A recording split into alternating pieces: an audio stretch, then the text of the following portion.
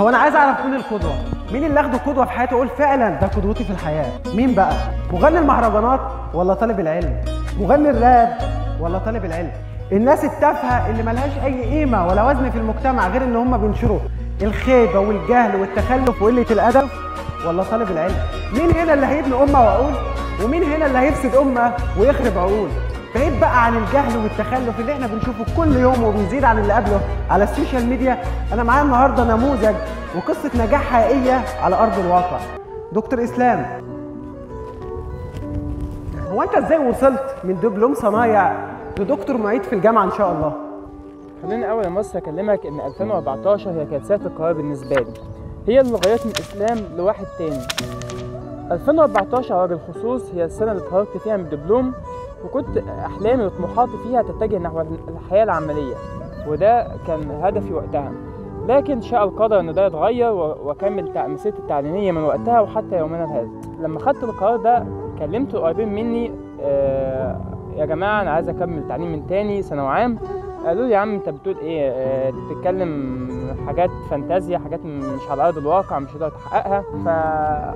كتير احبطوني وانا باخد القرار ده، فخفت من الفشل، خفت من ان انا افشل، وده اللي ممكن يحصل مع زيي وزي كتير من غيري، ان هم يبقوا عايزين ياخدوا خطوه ايجابيه في الحياه وغيرهم يخليهم يفشلوا في الخطوه ديت من قبل حتى ما يبداوا. فانا لما جيت وقتها كان المفروض ان انا هخش جيش، فقلت ليه لا اخد الاتنين مع بعض واضرب عصفورين بحجر، وتبقى لو فشلت انا معايا شماعه اعلق عليها الفشل بتاعي. جيت فقدمت للجيش وبدات امتحن سنه اولى ثانوي، تانية جيت في ثالثه هي كنت لسه في الجيش. اتخرجت 1/3/18 وجيت امتحانات كانت في شهر 6 2018، يعني كان قدامي 3 شهور بس اذاكر فيهم للثانويه العامه عشان اقدر اجيب تقدير يأهلني للكليه اللي ممكن تصنع مني حاجه في المستقبل. لما ربنا كرمني وجبت تقدير عام 83% في الثانويه العامه، كانت اول خطوه حقيقيه من بعد الثانويه العامه ان يبدا الوعي يتشكل عندي، وان انا اختار هدفي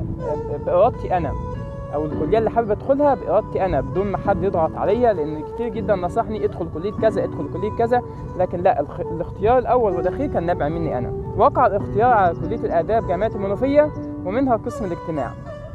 اول ما دخلت قسم الاجتماع بقى تولد عندي هدف اخر، هدف ان انا اكون عشان برضه ما اضحكش عليك، انا لما كنت بدات الرحله دي من البدايه كنت مجرد باخدها عشان شهاده، لكن لا، مع الوقت مع كرم ربنا الزايد جدا وعطاء ربنا تولد عندي هدف تاني، ان انا عاوز اتخرج واكون الاول على دفعتي. ففي اولى كليه طلعت الاول بتقدير عام جيد جدا، وثانيه كذلك، ثالثه ورابعه طلعت الاول امتياز على الدفعه. كانت ظروف صعبه والتحقيق ده ما كانش عمره ما كان سهل، دفعنا ضريبه كبيره عشان نحقق الامر ده، والحمد لله الرحله فاقت في فكري وما زالت بتغيرني حتى الان، حتى ان انا حتى بكمل دراسات عليا الان، فربنا يكرمنا في اللي جاي. ما شاء الله، بالتوفيق دايما الافضل والله يا دكتور.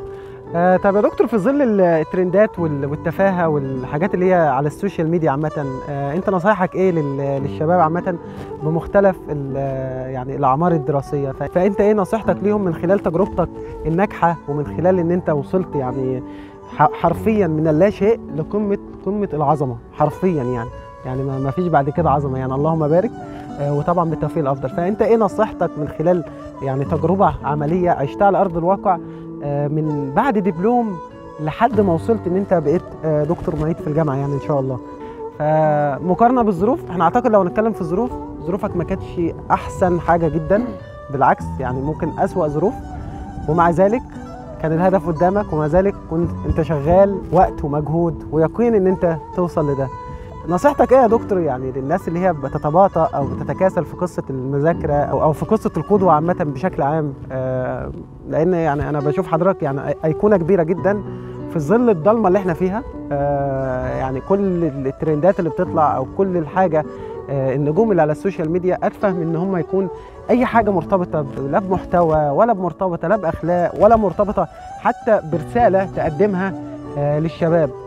فانت ايه رسالتك عامه في ظل الكلام ده كله كقدوه حرفيا يعني من دبلوم صنايع لدكتور جميل مواد في الجامعه يعني. نصيحتي بتبدا بالوعي اول حاجه، ان انا يكون عندي وعي، لان الوعي هو اللي يخلي ما حدش يقدر يزيف لي الحقائق. يعني في ناس بتشتغل على حته ان هي تزيف لك الحاجات اللي على ارض الواقع عشان ما تاخدش اي خطوات حقيقيه.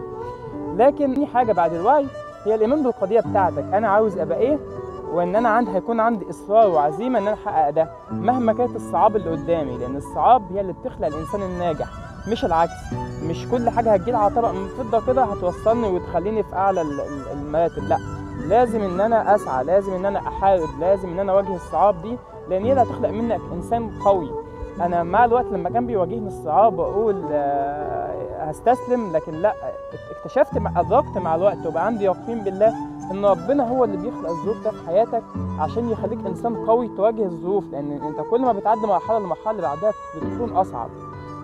زائد حاجه تانية، انت ربنا هو اللي بيضع قصادك حواليك ناس تهاجمك وناس تحاول ان هي تهبط من عزيمتك، عشان هم اللي هيوصلوك لانسان انت هتكون عليه في المستقبل. فنصيحتي ليك استمر، آمن بالقضية بتاعتك، ما تستسلمش. انت انسان، كل واحد فينا جواه طاقة في حتة معينة لازم انه يوظفها ويأمن بنفسه وبقدراته. محدش يقول لك انت فاشل، انت ما تقدرش، لا، انت تقدر، والبداية بتبدأ منك انت مش من حد تاني. ما شاء الله. سعيد جدا والله يا دكتور باللقاء الجميل ده، وحقيقة انا فخور جدا والله في حضرتك. انا اسف. بجد والله يعني انت قدوة، وقدوة جميلة في ظل الضلمة اللي احنا فيها. يلا ننور في وسط الضلمة اللي احنا فيها دي فعلا في حاجات جميلة، وفي حاجات فعلا تحمسك ان انت تقدر تشتغل على نفسك وتقدر توصل زي ما دكتور اسلام وصل يعني. حقيقة انا بشوفه قدوة، وقدوة جميلة جدا لشباب كتيرة مننا، اولهم انا حرفيا يعني. فسعيد جدا جدا باللقاء ده. شكرا.